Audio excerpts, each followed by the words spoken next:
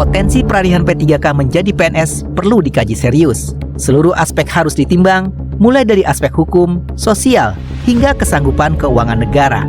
Meski penyusunan RU ini masih di tahap awal, DPR menjamin proses penyusunan kebijakan ini akan dilakukan secara terbuka dan transparan. Setiap aspirasi publik akan didengar dan dicatat, terutama masukan dari aparatur sipil negara untuk memastikan RU ini mampu menjawab kebutuhan pegawai pemerintah, baik P3K maupun PNS. Berbagai pertimbangan nanti tentu kita akan mendengar dari para akademisi, para pendidik juga, para P3K juga, semua stakeholder yang terkait agar kemudian memberikan saran masukan kepada Badan Legislasi dan juga silakan memberikan saran masukan kepada Komisi 2 yang nantinya akan membahas apakah memang P3K sudah semestinya menjadi PNS. Saya tentu akan memberikan dorongan yang terbaik. Kalau memang negara, pemerintah mampu, maka bukan tidak. Pada rapat-rapat sebelumnya hanya kepala daerah.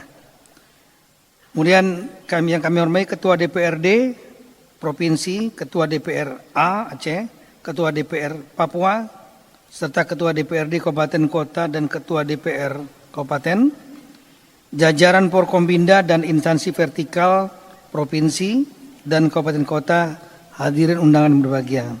Pertama-tama tentunya kita nantinya memanjatkan puji syukur kepada Allah SWT, Tuhan Yang Maha Kuasa, karena pada hari ini Senin tanggal 2 Februari 26 kita dapat hadir pada acara Rapat Koordinasi Nasional atau Rakornas Pemerintah Pusat dan Daerah tahun 2026 dalam keadaan sehat walafiat. Pada kesempatan yang berbahagia ini izinkan kami menyampaikan ucapan terima kasih dan penghargaan yang setinggi-tingginya kepada Bapak Presiden Republik Indonesia yang telah berkenan meluangkan waktu untuk hadir serta memberikan arahan strategis kepada jajaran pemerintah baik pusat maupun daerah. Bapak Presiden yang kami hormati, izinkan kami menyampaikan beberapa hal. Yang pertama, penyelenggaraan Rakornas pemerintah pusat dan daerah tahun 2026 ini merupakan arahan Bapak Presiden kepada Mendagri yang semula akan dilaksanakan pada awal Januari tahun 2006. Namun dikarenakan adanya berbagai agenda penting kenegaraan, sehingga Rakornas ini baru dapat terlaksana pada hari ini, Senin tanggal 2 Februari tahun 2026. Tahun 2026 ini juga merupakan tahun kedua pelaksanaan RPJMN 2025-2029 yang merupakan penjabaran dari visi Astacita Bapak Presiden dalam masa 1 tahun pertama yang lalu. Telah banyak keberhasilan yang dicapai sebagaimana telah kita saksikan dan dipublikasikan di publik maupun media. Keberhasilan akan dapat dioptimalkan di tahun 2026 dengan kesamaan gerak langkah pusat dan daerah. Untuk menciptakan kesamaan tersebut, maka diselenggarakan acara Rakor Nasional ini dengan tema Sinergi Pusat dan Daerah dalam implementasi program prioritas Presiden menuju Indonesia Emas tahun 2045.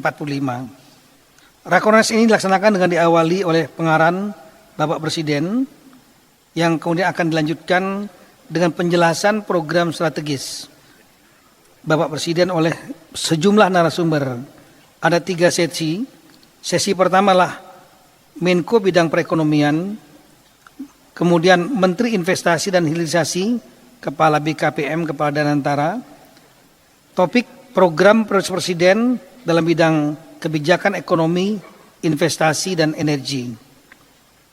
Kemudian sesi kedua, Menko Bidang Pangan, yang juga diisi oleh Menteri Pertanian sebagai Kepala Bapanas, Menteri Kelautan dan Perikanan, Kepala Badan Gizi Nasional, dengan topik program strategis Presiden, Koperasi Desa, Kelurahan Merah Putih, Swasembada Pangan, Kampung Nelayan Merah Putih, dan program makan bergizi gratis.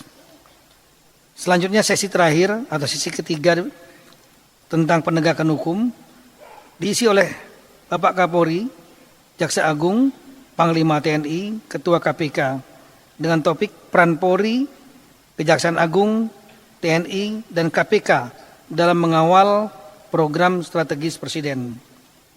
Selanjutnya di ruangan yang megah ini, Bapak Presiden yang kami muliakan, telah hadir peserta Rakornas sebanyak 4.011 orang yang terdiri dari tingkat pusat sebanyak 525 orang, yaitu para Menteri Koordinator, Menteri, Ketua Dewan Ekonomi Nasional, Panglima TNI, Kapolri, Jaksa Agung, Kepala BIN, pimpinan badan lembaga, penasihat khusus Presiden, utusan khusus Presiden, Wakil Menko, Wakil Menteri, dan Wakil Pimpinan Lembaga sebanyak 170 orang. Kemudian juga sesuai arahan Bapak Presiden, pejabat eselon 1 Kementerian Lembaga dan perwakilan pejabat utama pada Mabes TNI, Mabes Polri, Mabes AD, Mabes AL dan Mabes AU sebanyak 355 orang. Kemudian tingkat provinsi, kabupaten kota sebanyak 3.486 orang. Yang nanti akan kami sebutkan, mohon berkenan untuk berdiri. Yaitu gubernur, wakil gubernur, bupati, wakil bupati, wali kota, wakil wali kota sebanyak 1.013 orang. Terima kasih. Silakan duduk. Kemudian Ketua DPRD Provinsi, Ketua DPR Aceh, Ketua DPR Papua, dan Ketua DPRD DPRK Kabupaten Kota sebanyak 464 orang.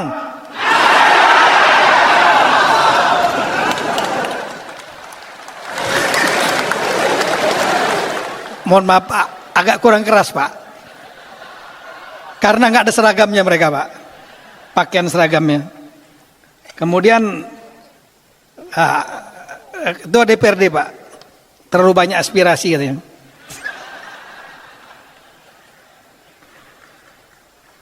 Boleh banyak pokok pikiran.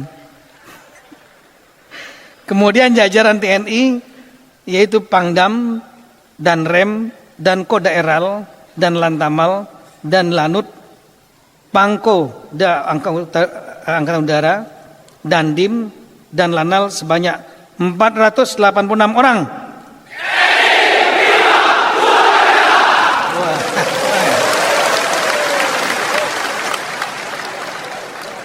Kata Pak Balil, TNI paling keras Pak, paling jelas. Kemudian jajaran Polri, Kapolda, Kapolres sebanyak 480 orang.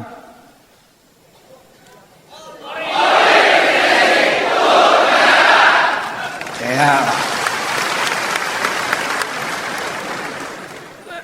Semboyannya presisi Pak.